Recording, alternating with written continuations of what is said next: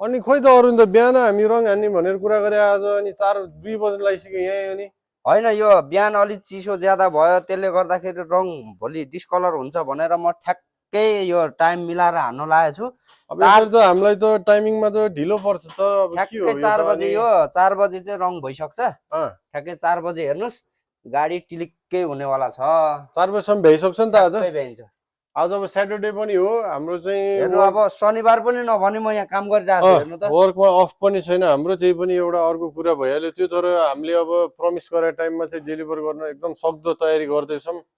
अब बिहान अलि चिसै थियो थिनलाई त, त्यही पनि आज अब खै अलि टाइम चाहिँ भएन है, त्यसरी चाहिँ अलिक गाह्रो हुन्छ है अरू। अब यस्तो हो फिनिसिङ गर्नलाई र अब पछि गएर कम्प्लेन नआउने हिसाबले म काम गरिरहेको छु होइन।